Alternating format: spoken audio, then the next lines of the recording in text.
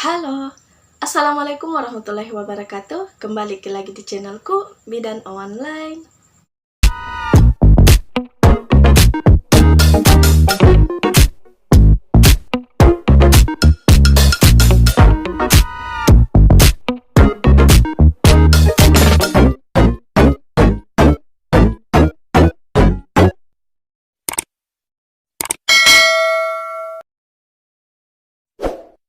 Di video kali ini, kita akan membahas tentang penyebab jumlah ASI sedikit.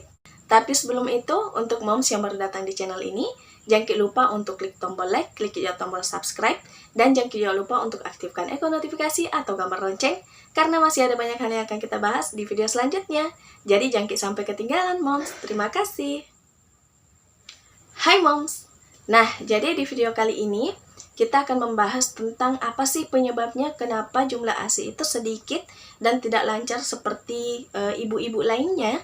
Nah, salah satu faktor yang membuat moms itu malas untuk menyusui bayinya karena jumlah ASI-nya yang kurang. Dan karena jumlah ASI yang kurang sehingga orang tua itu banyak yang langsung berinisiatif untuk memberikan susu formula kepada bayinya. Padahal bayi itu sebaiknya mendapatkan ASI eksklusif, yaitu ASI selama 6 bulan tanpa pemberian apapun itu, bahkan susu formula. Nah, kalau misalnya moms ingin memberikan ASI eksklusif kepada bayinya, tapi ASInya kurang, nah mungkin ini adalah penyebabnya. Jadi moms harus tahu apa penyebabnya, sehingga moms bisa mencari cara mengatasinya bagaimana. Misalnya ibu dengan ASI yang kurang atau sedikit, itu bisa mengkonsumsi sayuran-sayuran hijau, seperti daun katuk misalnya yang sudah dikenal untuk dapat memperlancar produksi ASI. Dan juga bisa mengkonsumsi suplemen penambah atau pelancar ASI booster. Jadi ASI booster juga sangat berperan untuk meningkatkan atau melancarkan produksi ASI. Jadi bisa mengkonsumsi itu agar ASInya itu lancar. Nah, sekarang kita harus cari tahu dulu penyebabnya. Jadi di sini ada beberapa penyebab yang menjadi faktor kenapa ASI itu jumlahnya sedikit. Faktor yang pertama adalah faktor rangsangan. Apa itu faktor rangsangan? Nah, jadi kita harus tahu dulu bahwa semakin sering bayi itu menyusu pada payudara ibu, maka akan semakin banyak juga ASI yang akan diproduksi. Kenapa? Karena adanya rangsangan hisapan bayi pada payudara ibu itu yang akan menghantarkan ASI itu untuk bisa diproduksi lebih banyak. Jadi ada juga kan orang tua yang berpikir bahwa kalau bayinya terlalu sering menyusu maka ASInya nanti kosong.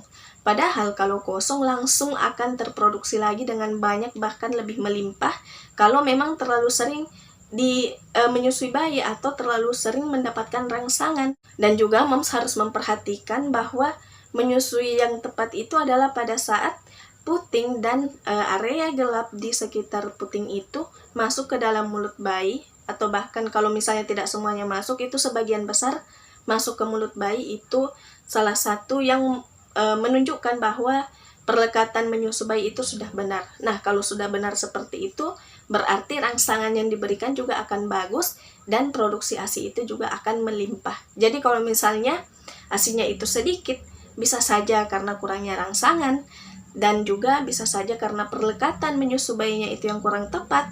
Karena ASI itu akan diproduksi dengan banyak kalau memang selalu mendapatkan rangsangan. Jadi harus menyusui, moms itu harus rajin-rajin menyusui bayinya.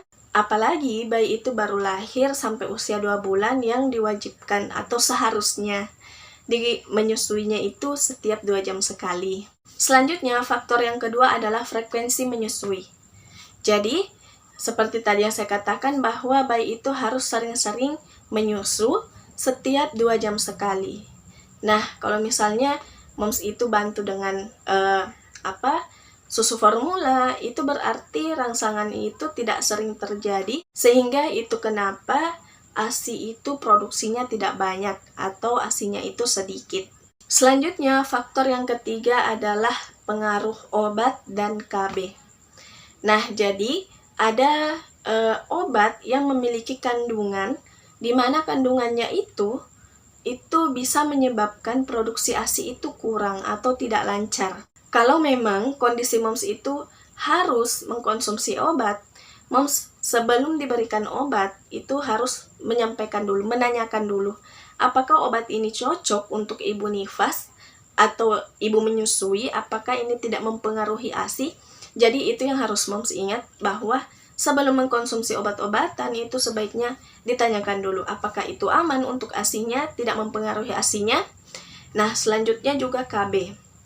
Jadi, alat kontrasepsi atau KB itu juga bisa menjadi salah satu penyebab kenapa ASI itu kurang. Karena ada KB atau ada kandungan obat dalam suntikan KB atau pil KB itu yang mempengaruhi produksi ASI.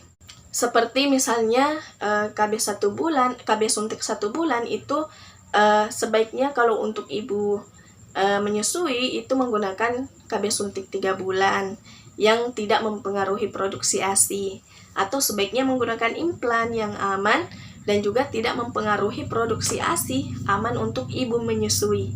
Selanjutnya faktor yang keempat adalah emosional atau suasana hati, perasaan.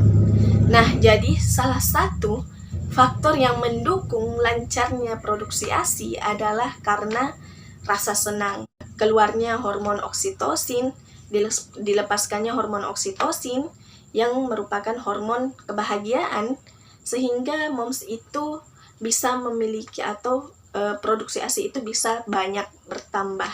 Jadi kalau misalnya ada ibu menyusui yang mungkin punya masalah, yang sedih, jadi itu bisa mempengaruhi produksi ASI-nya. Jadi ibu menyusui itu harus selalu senang, harus selalu merasa bahagia. Dan juga ada yang namanya pijatan atau terapi oksitosin, di mana pijat oksitosin ini itu adalah pijatan di bagian punggung, bagian belakang. Nah, itu pijatan itu jika dilakukan itu bisa merangsang produksi ASI, karena pada saat dilakukan pijatan, ibu menyusui itu akan merasa rileks, merasa nyaman badannya, sehingga bisa memunculkan hormon oksitosin itu dan produksi ASI itu bisa bertambah. Dan penyebab selanjutnya adalah gaya hidup yang tidak sehat. Nah, jadi salah satu faktor yang mendukung lancarnya produksi ASI adalah makanan, minuman, dan juga nutrisi pada makanan itu.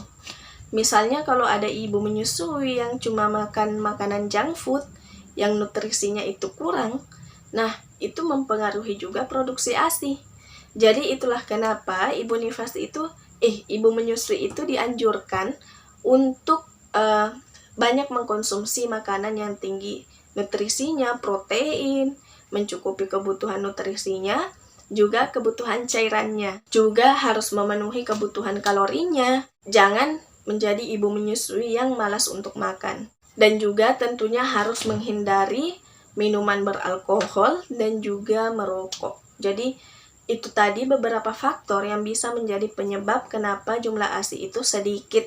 Oke moms, mungkin itu saja dulu yang bisa saya sampaikan di video kali ini. Semoga bermanfaat.